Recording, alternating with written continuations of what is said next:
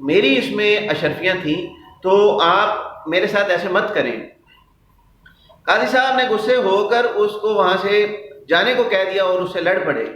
یہ ماجرا دیکھ کر اور سن کر وہ بہت پریشان ہوا۔ اس نے سلطان محمود غزنوی صاحب کے دربار میں حاضر ہو کر اپنی ساری رودات کو بیان کیا۔ سلطان محمود غزنوی صاحب، آپ کو پتہ ہے، اللہ تعالیٰ کے ایک بزرگ ہیں اور بہت اللہ تعالیٰ نے ان کو دانش مند اور عقل مند اور بہت سی صلاحیتوں سے نوازا تھا۔ سلطان محمود غزنوی صاحب نے جب یہ سارا قصہ سنا تو اس سے پوچھا کہ مجھے مزید اس کے متعلق بتاؤ۔ اس نے کہا کہ میں حلفاً بیان کرتا ہوں اللہ کو حاضر ناظر جان کر کہ میں حق پہ ہوں، میں سچ پہ ہوں اور میرے ساتھ زیادتی ہوئی ہے۔ تو سلطان محمود غزنوی صاحب نے جب یہ ساری صورتحال دیکھی تو انہوں نے اپنے صوفے پر جہاں پر وہ بیٹھے تھے وہاں پر گدے کو انہوں نے تیز چاقو سے پھاڑ دیا، اور وہ وہاں سے اٹھ کر کہنے لگے اپنے دربار والوں سے کہ میں 3 دن بعد لوٹ کر آؤں گا، تب تک میری غیر حاضری میں یہاں پر کوئی بھی مت آئے، صرف صفائی کرنے والا یا نگران جو ہے وہ آ سکتا ہے۔ اس کے علاوہ تمام لوگوں سے کہا کہ دربار اب 3 دن بعد لگے گا، 3 دن کے بعد میں ملوں گا، میں سیر پر جا رہا ہوں۔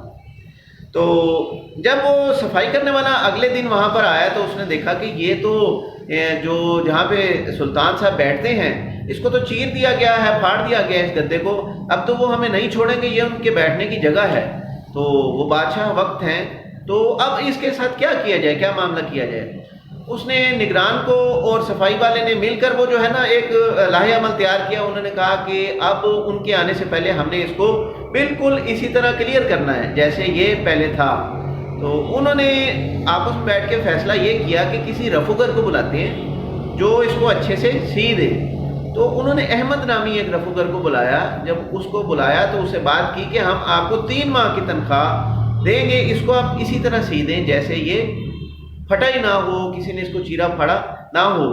احمد رفوگر نے کہا آپ مجھے 3 ماہ کی تنخواہ دیں، میں آپ کو یہ اس طرح بنا دوں گا جیسے کہ پھاڑنے والے کو بھی نہ پتہ چلے کہ یہ کس نے پھاڑا ہے اور کب پھاڑا ہے اور کہاں سے پھاڑا ہے۔ اس پر وہ نگران اور صفائی والا بہت زیادہ خوش ہوئے۔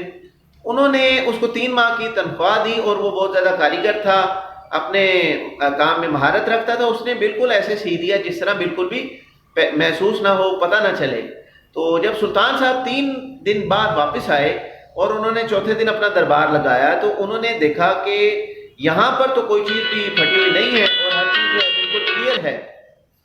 تو یہ دیکھ کر وہ حیران رہ گئے اور انہوں نے پھر اپنے نگران کو اور صفائی والے کو بلوایا۔ انہوں نے کہا مجھے اب سچائی بتاؤ، میں تو اس کو خود پھاڑ کے گیا تھا، خود میں نے اس کو چاقو سے چیر دیا تھا، یہ کیا معاملہ ہے؟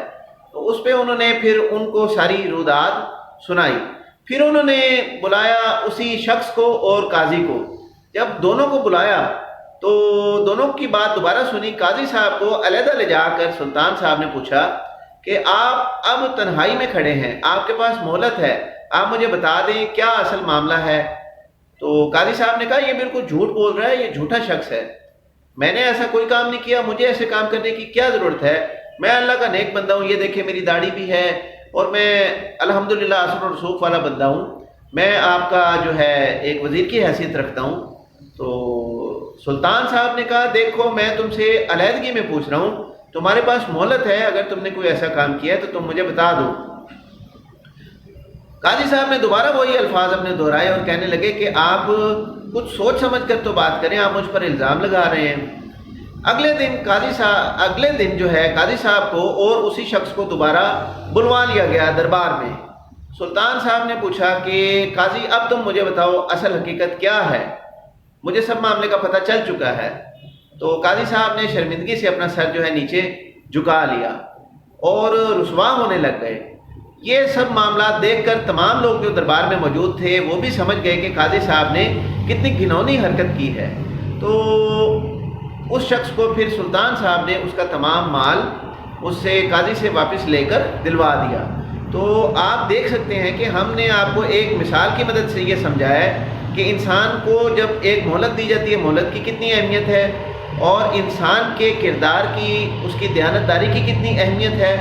تو آپ اپنی زندگی میں ان دونوں چیزوں کو ساتھ لے کر چلیں، اپنے کردار کو جتنا ہو سکے ٹرانسپیرنٹ رکھیں اور اپنے روزمرہ زندگی میں معاملات کو دیانتداری کو مد نظر رکھتے ہوئے اپنے تمام معاملات کو سر انجام دیں۔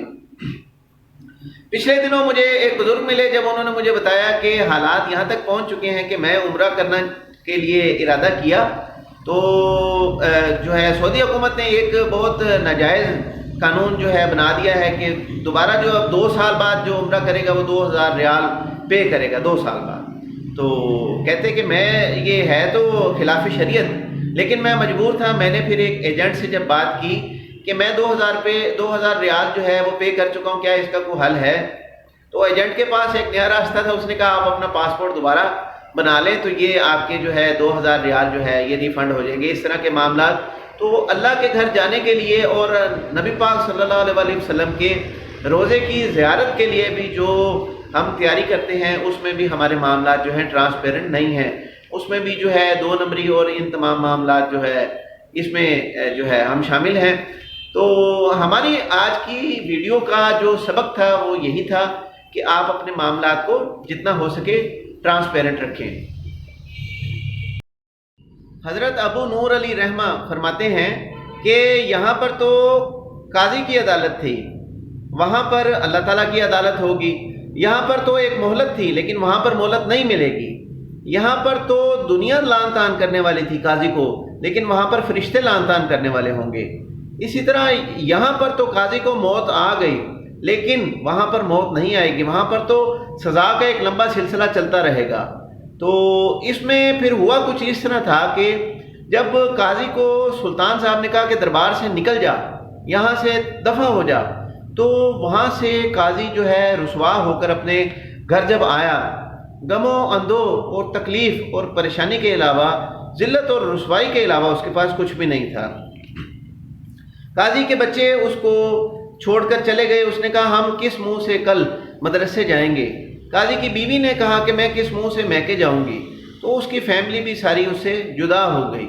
اس ویڈیو میں آپ نے دیکھا کہ مہلت کی انسانی زندگی میں کتنی قدر و قیمت ہے، اور دیانتداری اور روزمرہ زندگی میں معاملات کو ٹرانسپیرنٹ رکھنا یا بددیانتی سے کام لینا وہ کتنا انسانی زندگی پہ میٹر کرتا ہے اور کتنا جو ہے انسانی زندگی میں کامیابی پہ وہ ڈیپینڈ کرتا ہے۔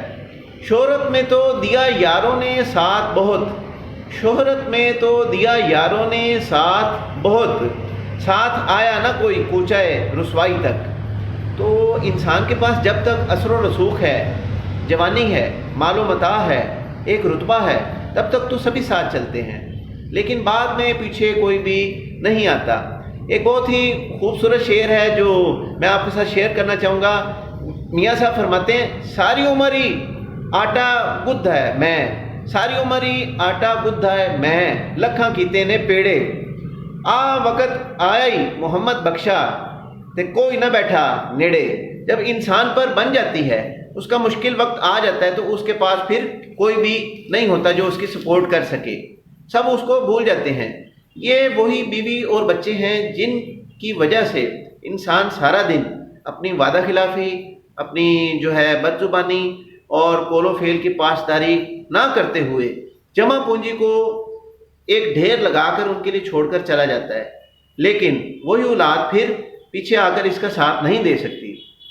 تو ہماری آج کی یہ ویڈیو امید ہے آپ کو بہت زیادہ پسند آئی ہوگی، آپ کو پتہ چلا ہوگا انسانی زندگی میں مہلت کی کتنی زیادہ اہمیت ہے اور انسان کی دیانتداری کی کتنی زیادہ اہمیت ہے۔ انشاءاللہ بہت جلد ایک نئی ویڈیو کے ساتھ آپ کی خدمت میں حاضر ہوں گے، تب تک اپنا بہت سا خیال رکھیے گا۔ اللہ نگہبان۔